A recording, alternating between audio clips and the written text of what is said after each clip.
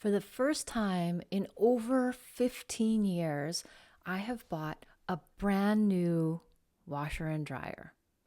For me, this is a big deal because I just never had the resources to buy a brand new one. So I would always buy used ones off of Craigslist, 200 bucks a pop, and they would last for a couple of years. It was great. So I was fine with that. My brother wasn't because he always had to help me haul it up and down the stairs because it's on the top floor.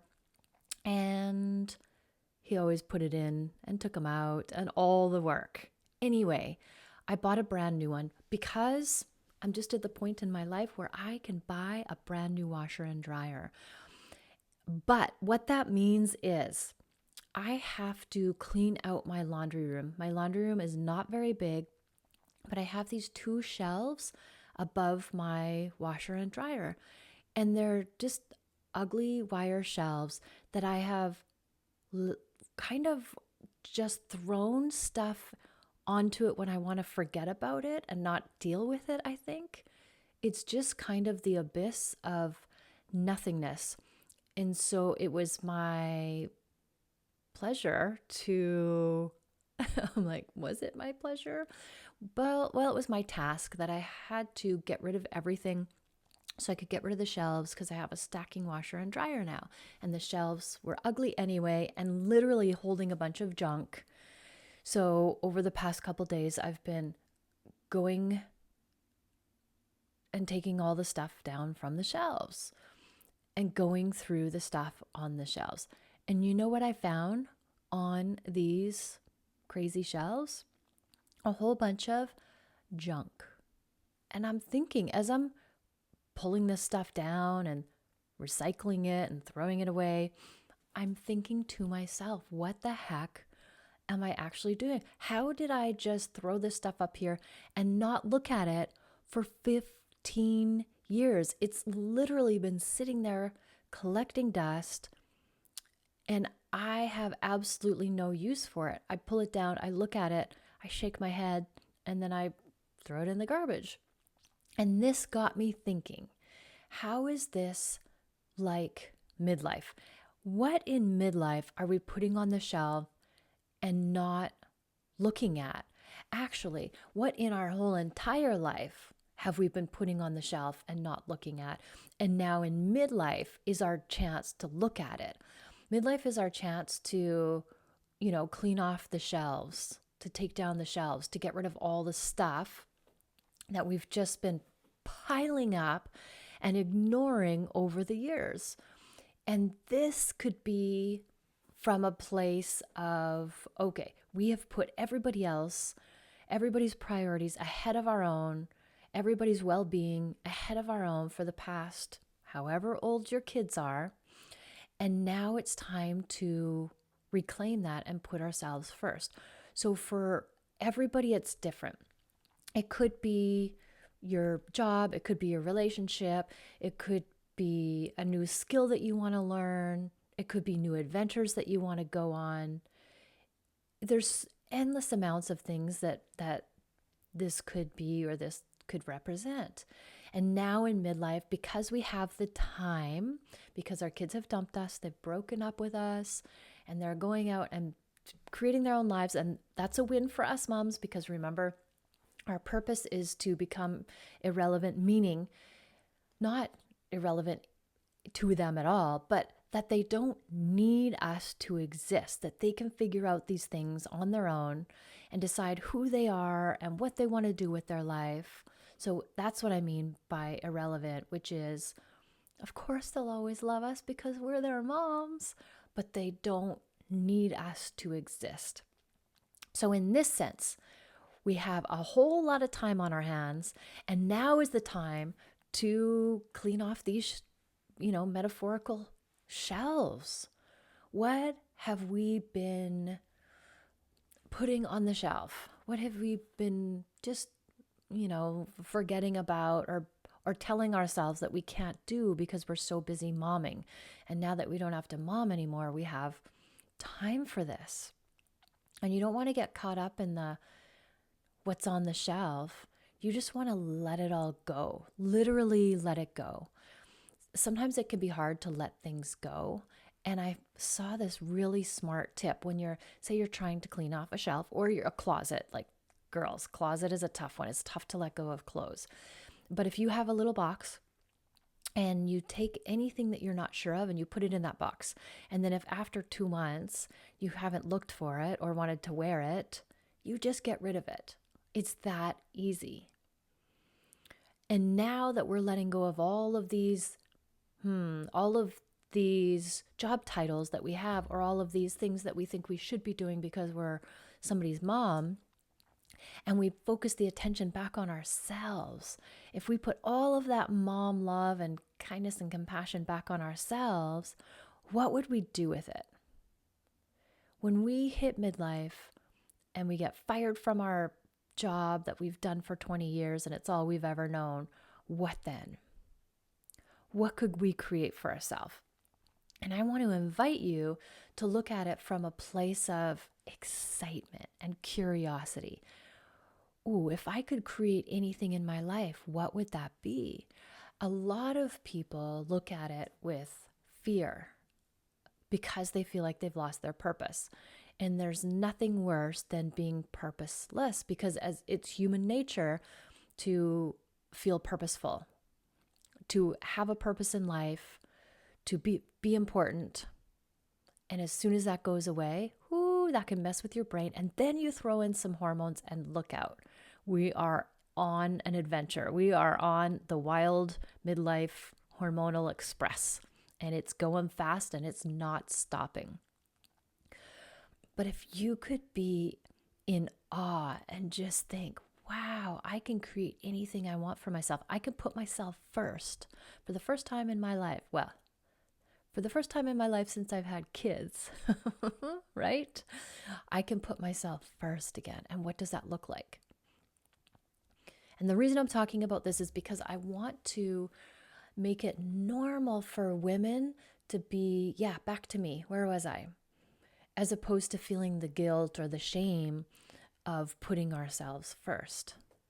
It's just a societal construct. It's what our moms did. It's it's the role that's been modeled to us through society and our family life, all of it.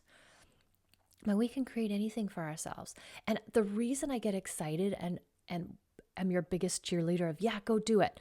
And when somebody tells me something like, this sounds crazy, I have this crazy idea, I'm like, go do it immediately.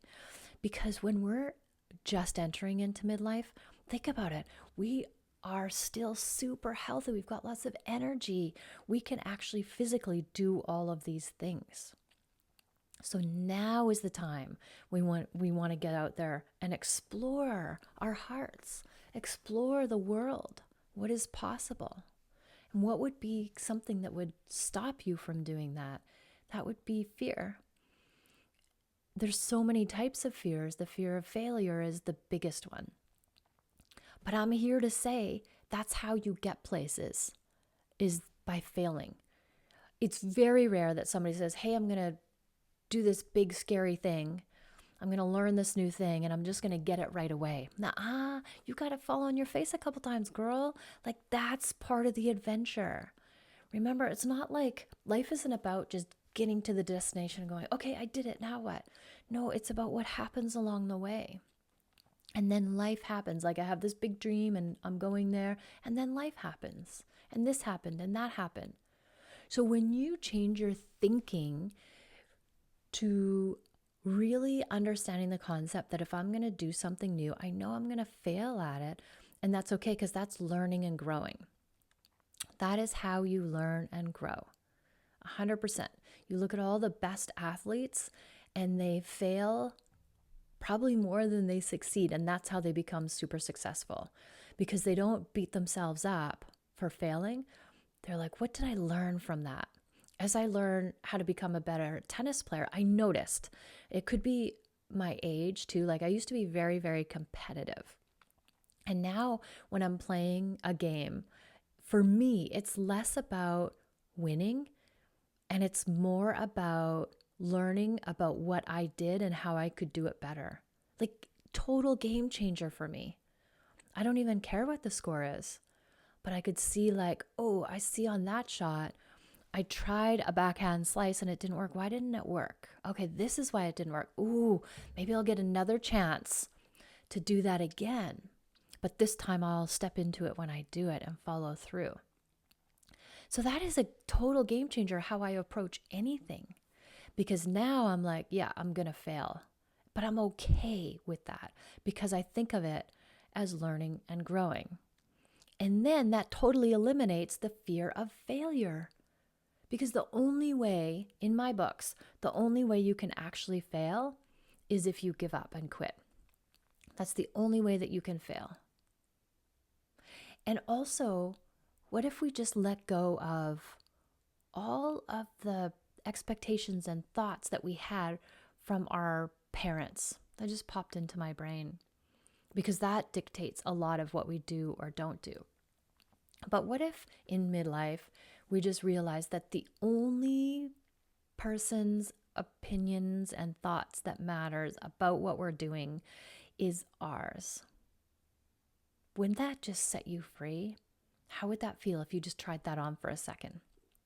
Not giving a flying frig about what anybody else thinks. And I can see that because I have these big grand ideas, and then every once in a while, my parents' whatever pops in, and I'm like, oh, that's not mine. That's not mine. And then I let it go. I allow it to skedaddle because it's not for me. But that's how, when we are trudging along and we hit up against a roadblock, I want to invite you to look and be like, okay, what was I just thinking? And is that my thought? Do I really believe that? So once we start to take these fears and look at them, put them in front of our face and be like, is that really a thing? Is it true? These are the questions that I like to ask myself. Because remember, we know that the quality of life we live is dictated by the quality of questions we ask ourselves. So if we have this thought that's maybe a fear or holding us back, we take it out and we look at it and we go like, is this even true? That's the question number one. Is it true? And then we ask, is it serving me? And quite often, the answer is no. So we can let go of it. But if it is serving us, we can keep it. And then, what do I want to create or think or feel instead? So, is it serving me? Is it true? Is it serving me? Oh, can I let it go? Can I just let it go? That might be a little bit more work to let stuff go, because we get like the shelves in the laundry room. We just don't let stuff go. For some reason, we're just so attached to it. And I look at that every time I do laundry. I just look at it and I'm like, what the hell is that mess up there? And I just hold on to it. And it literally took me one day to dismantle it and break it apart. And not only was I breaking that mess apart, I was emotionally breaking stuff down and letting stuff go. It was so therapeutic. And you look at it, it's like, damn, that was so liberating. So freeing. And a lot of times we want to hold on to it. I want to question why I would want to hold on to something that isn't serving me. So metaphorically, why would I want to hold on to all of those old scraps of wrapping paper? Why would I want to hold on to these old bath mats that were crumbling in my hands? Like, what? Why is this even a thing? And then what do I want to create instead? Whoa. And you're going to find, I promise you, you're going to find when you ask yourself that, you're going to come up with like looking around all like, I don't know what I want to create instead, because we've never asked ourselves that question. We've never given ourselves permission or the space to actually ask, if I could do anything, if I could be anyone, who would it be? Because we're so busy playing this role. We're holding on to these things that aren't even ours, or we're not even aware that that's who we are and what we're doing, because it's in the subconscious. When I coach my clients, I coach their subconscious, and this is where the big changes happen. It's like, what the actual heck? They didn't even know that they were thinking these thoughts, or these thoughts were running the show. So it's really important to ask yourself good questions. The quality of life we live is dictated by the questions we ask ourselves. That's a default. That's like, write it down and live by that one. What is this thing going on?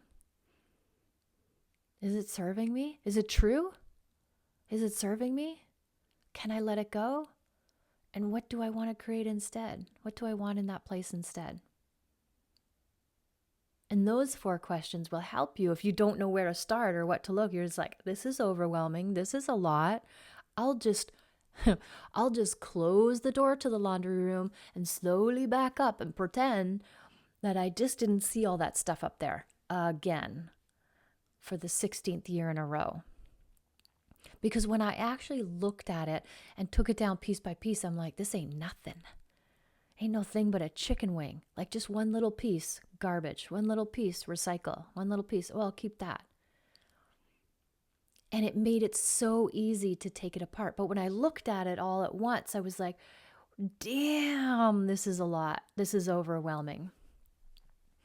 And that's what it's like in our brain when we're wanting to change something or wanting to create something or wanting to reach a goal. When we look at the whole big thing, we're like, gosh darn it, that's a huge mountain. But if we take it just one little step at a time, then it's just a little walk that we're going on. Inch by inch, life is a cinch. Yard by yard, life is hard. So it's just one little step at a time. If that laundry room was really overwhelming, like, okay, trust me, I got cupboards that are really overwhelming. I would just literally do one thing a day. I would open it up. I would pick one thing and I'm like, what am I going to do with this one thing? Is this recycle? Is this garbage? Can I give it to somebody? What do I do? And then I do that thing and then boom, I'm done for the day. And I could do that every single day. And it might take me a month to clear that thing out, but that's okay because then I feel good about it. Because as soon as I go into overwhelm and as soon as anybody goes into overwhelm, we shut down. Our central nervous system just freaks the heck out. And then we don't do anything. And that's in all areas of life, not just cleaning your laundry room or getting rid of these thoughts about yourself and who you need to be. It can be overwhelming. I'm like, damn, I've been this person for 20 years. And today I want to be somebody different. That sounds overwhelming and scary. And I don't know how. So just try these questions on when you're wanting to clean out a room, when you're wanting to clean your laundry room out. Is it true? Is it serving me?